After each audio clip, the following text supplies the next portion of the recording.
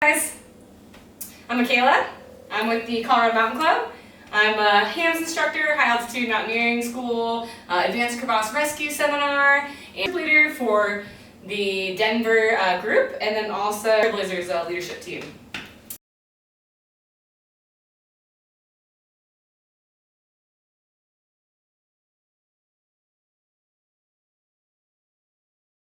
This is my system that I use on any kind of day hike in the summer and fall in Colorado. Just a couple different options for headband, but you can also kind of double them as ear protection without having a really heavy duty hat.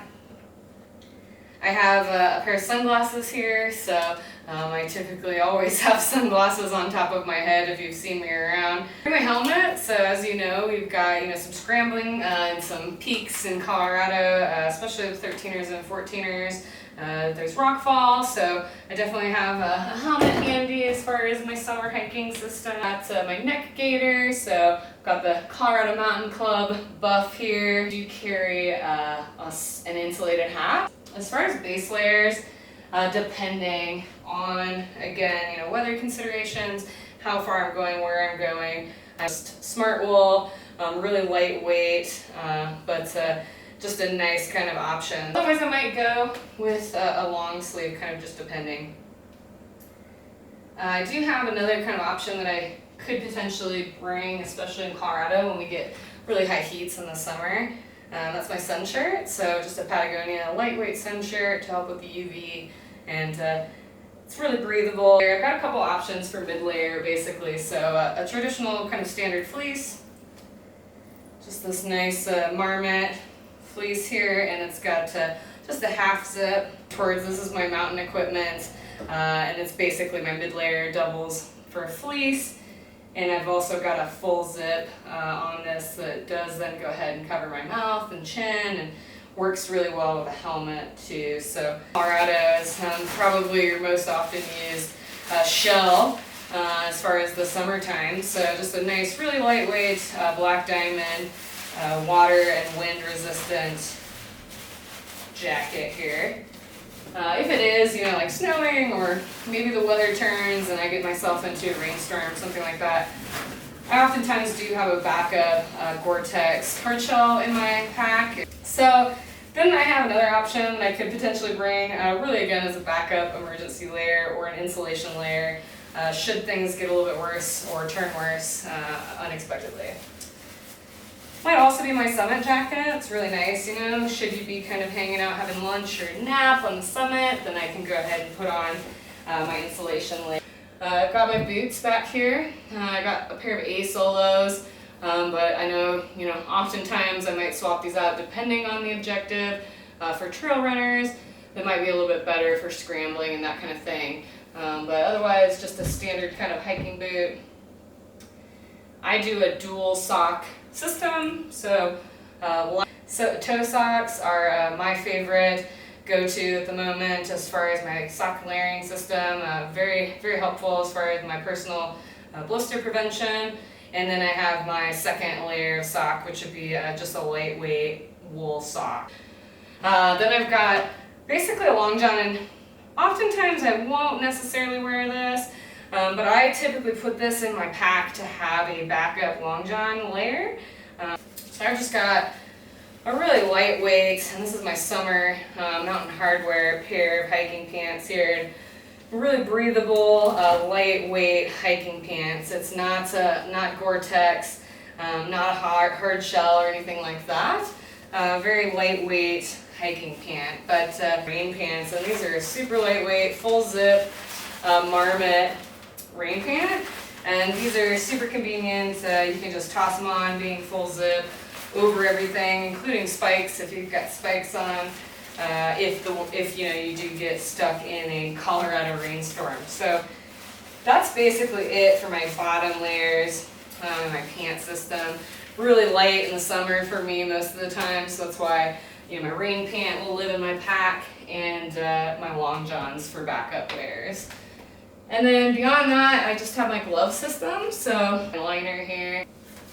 And then I've got a little bit more heavy duty wrap glove here. They're a little bit more versatile and dexterous. So these are wrap, Gore-Tex glove, really handy. And along with socks and base layers, I typically have a backup layer of gloves to be prepared. So pretty simple system here. You know, a lot of this carries over into my other systems as well, including mountaineering in the winter and spring and things like that. But for the most part, this is a pretty versatile system. And again, I'm gonna swap out things here and there depending on my objective, but a lot of the stuff I went through also is going to be just backup emergency gear that might live in my pack for my 10 essentials and being prepared for Colorado. You never know what could happen. So yeah, so this is my Colorado kind of day hike layering system.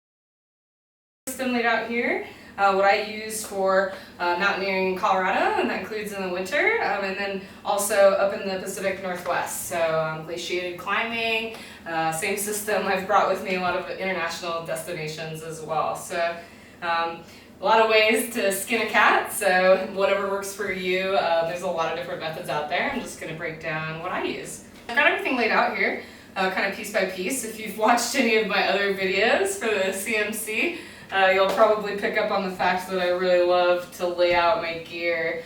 Planning, right? Failing to plan is planning to fail. So let's get into it. So a buff that I carry, Colorado Mountain Club, woo! I always carry a buff, definitely. This is super versatile. I mentioned this in a couple of my other videos, but you know, as ladies, this really helps out with the hair. You know, you can kind of protect things from not getting down inside your jacket, things like that. And then, you know, you can always wear it as an actual kind of balaclava partially as well. So you always find a buff or a neck gaiter in my stash of gear. For mountaineering, I do actually bring a full-blown balaclava that would basically, you know, essentially cover my entire face. Frostbite's a big concern for the kind of climbs and training and whatnot that we do, not just on our glaciated climbs, but especially here in Colorado. So making sure you don't have exposed skin is definitely key. As far as my other kind of neck head wear, I always bring a headband. That's really important for me. I definitely have really thick hair and a lot of it, not to mention long, so this is really always something, you know, you can use a buff or something like that to double as well, but I always find I use it, and honestly you can use it for multiple things. You know, if you wanted to, or you were in a dire situation, it could definitely turn into a pee rag or something like that for the ladies. So definitely bring a headband with me. I also bring an insulated hat, so a warm hat, glacier goggles, so there's always a pair of glacier goggles inside my kit or my system. And this is really important on a glacier to shield from snow blindness. My goggles, and honestly this has become more of a habit on really all of my climbs to have backup kind of eye protection. I've borrowed out eye protection to folks in my group, outside of my group, a lot of different times, so it always seems to be beneficial to carry an extra. So advantageous to have a backup, especially in mountaineering. You know, whiteouts and things like that are going to happen, and these are going to serve me a lot better than glacier glasses. My headwear, basically the hat that I have on, I would bring a sun hat. Really important, you know, something with a visor that I can help, you know, sort of get away from the inevitable exposure that is on a glacier with all that reflection. And then I do carry a helmet, shaded climbs, and a lot of things that we do in Colorado. Obviously, you need a helmet. Beyond that, I sort of have my upper layer systems. So base layer, or maybe synthetic, although it'd be a little bit smellier, so I definitely like wool. But this is just a lightweight smart wool here. And definitely bring my sun shirts. So this is my Patagonia sun shirt. Some folks will laugh and say, you know, back when we had sun shirts back before they were cool. But this is a really valuable thing to have. It's super lightweight, really nice for the UV protection. Then I have a mid layer, and this is one of probably my most favorite piece of gear, honestly, as far as layers. go, because this is really, really versatile. It's a full zip mountain equipment mid-layer, so basically replaced my fleece, and it's really convenient because it does full zip up over the nose, mouth, and it does have a hoodie compatible for helmets. So Gore-Tex hard shell Arc'teryx jacket here that I use for my hard shell, to roll my gear and toss it in the hood for. This is just a really nice kind of hybrid puffy, a synthetic puffy that I got from Arc'teryx. It's a really, really awesome piece of gear, and honestly this I wear more than my big heavy duty puffy jacket. So this is my awesome Rab jacket. I love this thing. It's a super, super warm, but maybe an emergency layer item that largely lives in my pack. Now that said, it does come in handy and quite warm at camp, and when weather does really take a turn for the worse. My double boots, these are the Sportiva G2s, probably my most favorite boot ever, well worth the money. They do come with a liner.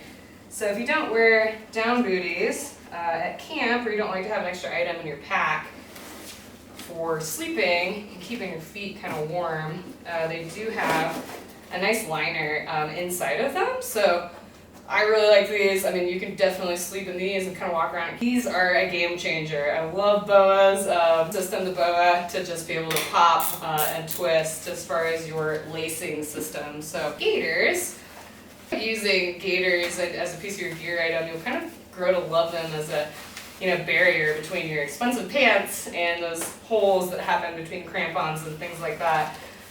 Additionally, I think something else really nice about gaiters is you can actually kind of add a little bit of warmth to your bottom half, if you're kind of running lighter on your pant layering system. Toe socks, which are really awesome for me personally, to help prevent blisters within my sock layer system. So then I have this lightweight to medium size wool sock that I'll carry.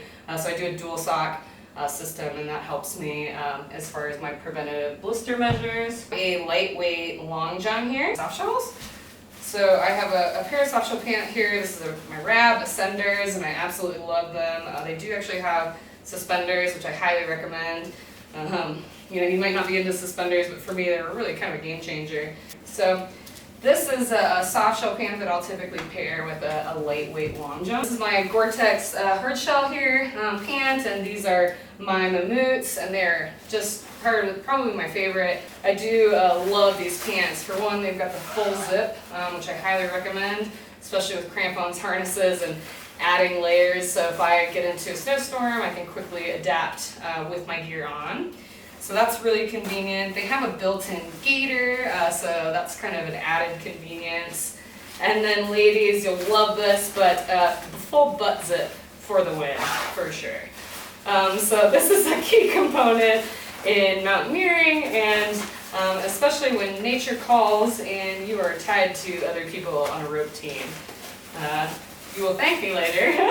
The butt zip is definitely a game changer for women's outdoor fashion. So I've got a lightweight, kind of cloth liner, and it's nice and convenient, but certainly not waterproof.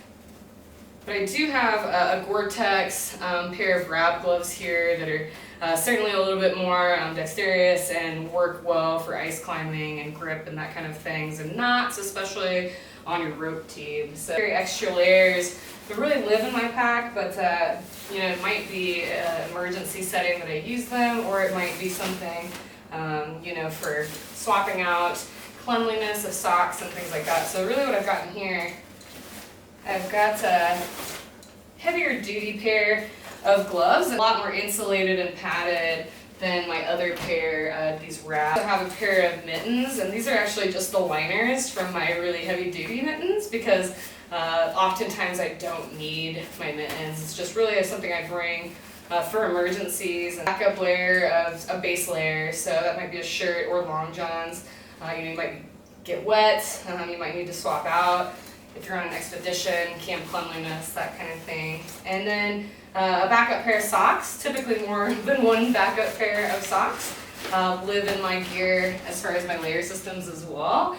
Oftentimes, you're going to change out your summit socks or your hiking socks, have something clean to sleep in, and those kind of considerations. So just some thoughts on some different backup layers, and really, again, this is my system, this is what I bring, but it's not the same for everybody, so just what I've been using is my system, and frankly it works pretty well.